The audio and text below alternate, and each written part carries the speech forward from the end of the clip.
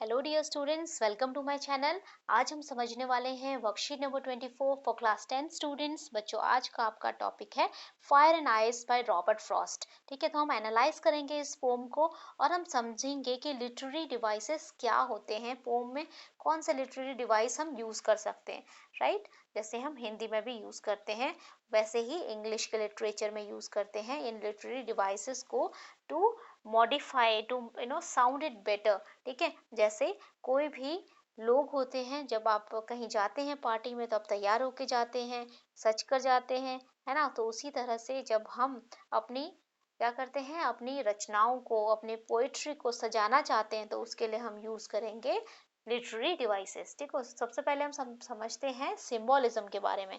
Symbolism क्या होता है? Symbolism is a literary device, ठीक है, दैट यूजेस सिंबल्स। उसको सिंबल्स यूज करता है ये।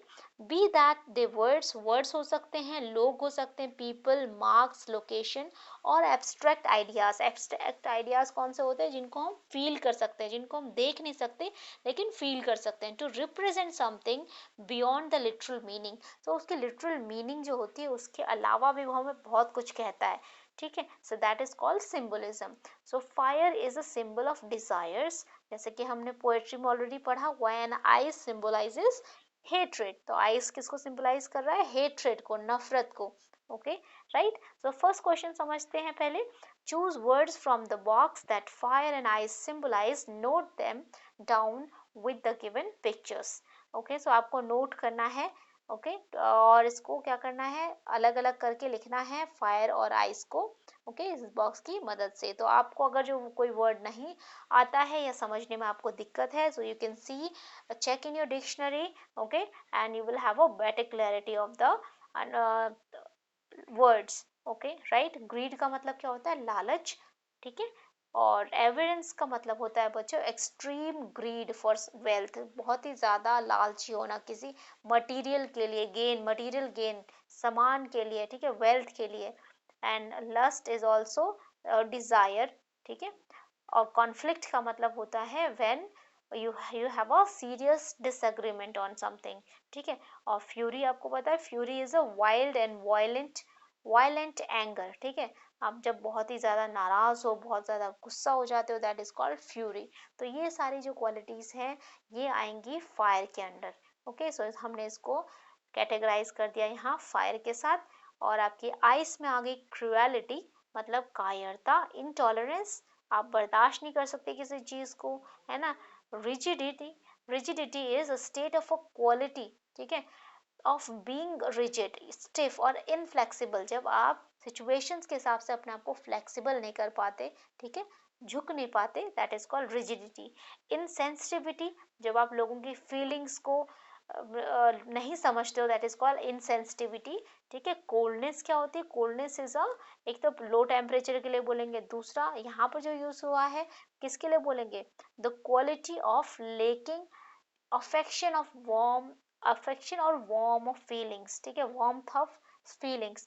तो जो फीलिंग्स का और अफेक्शन का जो एक वार्मथ होता है, वो जो उसमें कमी होती है उसको समझने में, दैट इज कॉल्ड कोल्डनेस। ठीक है, या फिर आप उसको दिखाते नहीं हो कि हम खुश हैं, ठीक है, तो that is called coldness. Indifference हम कर चुके हैं, हेट्रेड इज नफरत।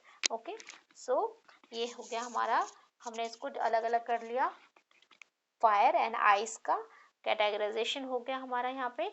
अब हम समझते हैं दूसरा literary device, that is called assonance. ठीक है, इसे एसेंस नहीं कहते बच्चों, इसे बोलते हैं एसोनेंस।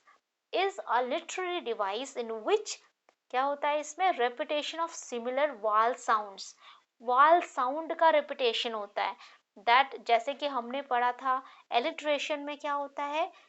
साउंड राइमिंग हो सकता है ना, साउंड करता है उसमें, वेरी करते हैं साउंड लेकिन रिपीट होते हैं, ठीक है, सेम साउंड रिपीट होते हैं।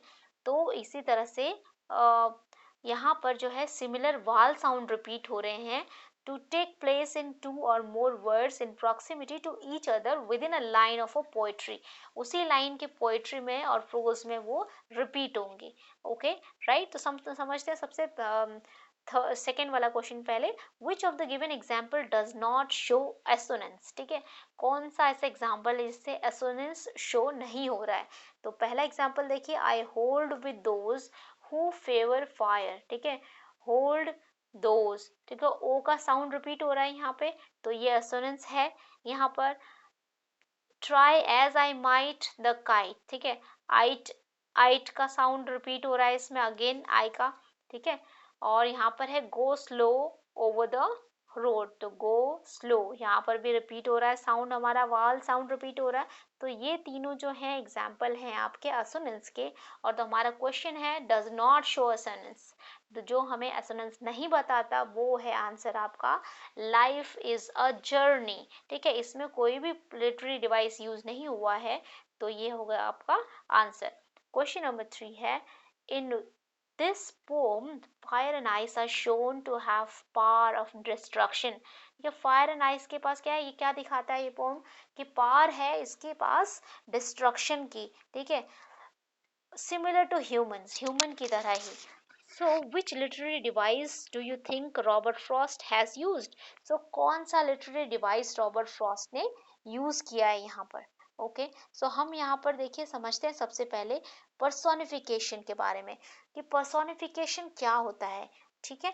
पर्सोनिफिकेशन को अगर हम एक्सप्लेन करें, ठीक है, तो हम क्या बताएंगे कि जिस जो चीज़ जो ह्यूमन नहीं है लेकिन ह्यूमन की तरह एक्ट करती है, पोएम में, पोएट्री में, स्टोरी में, ठीक है, कहीं पर भी हम उसे एज अ ह्यूमन रिप्रेजेंट कर रहे हैं, वो ह्यूमन की सारी क्वालिटीज को दिखाता है, दैट इज कॉल्ड पर्सोनिफिकेशन। यहाँ पर फायर एंड आइस, ठीक है, तो ये सारी चीजें जो हैं वो फायर और आइस तो खुद नहीं चल सकते, ना ही किसी से एनवी कर सकते हैं, ना ही they conflict with each other, ठीक है, they are not lacking anything, but in literal meaning it is that, ठीक है, फायर एंड आइस। लेकिन अगर हम इसको बियॉन्ड अगर लिटरल मीनिंग हम सोचे, तो ये एक एज अ ह्यूमन एक्ट कर रहे हैं, इसलिए यहाँ पर यूज हुआ है पर्सोनिफिकेशन का। ओके, पर्सोनिफिकेशन पर्सन से मिलकर बना हुआ है, so that is called personification. Okay, right, तो अब हम समझते हैं और मीनिंग्स जो और वर्ड्स हैं, सिमिली, मेटाफर और एलिट्रेशन के बारे में, ठीक है।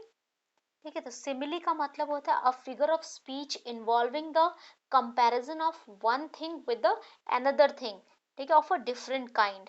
एक चीज की दूसरे चीज से कंपैरिजन होती है जब, ठीक है, डिफरेंट तरह की चीज से, that use to make a description more empathetic, ठीक है, जैसे कि as brave as a lion, ठीक है, as brave as a lion का मतलब क्या, हमने कंपेयर किया कि इतना बहादुर जैसे कि लायन, तो यहाँ पर ये यूज होगी, इसका मतलब हो गया ये है सिमिली। ओके, सो अब हम अगर समझे मेटाफर का मीनिंग, सो मेटाफर का मीनिंग है a figure of speech that is used to make a comparison between two things. इसमें भी कंपैरिजन हो रहा है दैट आरंट अलाइक, जो कि सेम नहीं है, but do have something in common, लेकिन कुछ कॉमन है, जैसे कि her tears were a river flowing down her cheeks, ठीक है, तो हमने यहाँ पर टीयर्स को रिवर से कंपेयर कर दिया, ठीक है दोनों दोनों में बहुत डिफरेंस, लेकिन हमने टीयर्स को रिवर से कंपेयर कर दिया, तो यहाँ पर यूज हुआ मेटाफर का, ठीक है। एलिट्रेशन का मतलब हम पहले ही जानते हैं, it is a repetition of a sound, ठीक है, साउंड का रेपिटेशन हो रहा है, वर्ड्स का रेपिटेशन हो रहा है, राइमिंग हो रहा है, that is called alliteration here. Okay, right, I hope आपको वर्कशीट क्लियर हो गई होगी। If you have any doubts do let me know in the comment section. अगर आपको मेरी वीडियो अच्छी लगी तो प्लीज़ इसे लाइक कीजिए, शेयर कीजिए, सब्सक्राइब कीजिए, इससे मुझे अच्छा लगेगा और मुझे मोटिवेशन मिलेगी कि मैं और वीडियोस आपके लिए बनाऊं। Okay, right, thank you very much.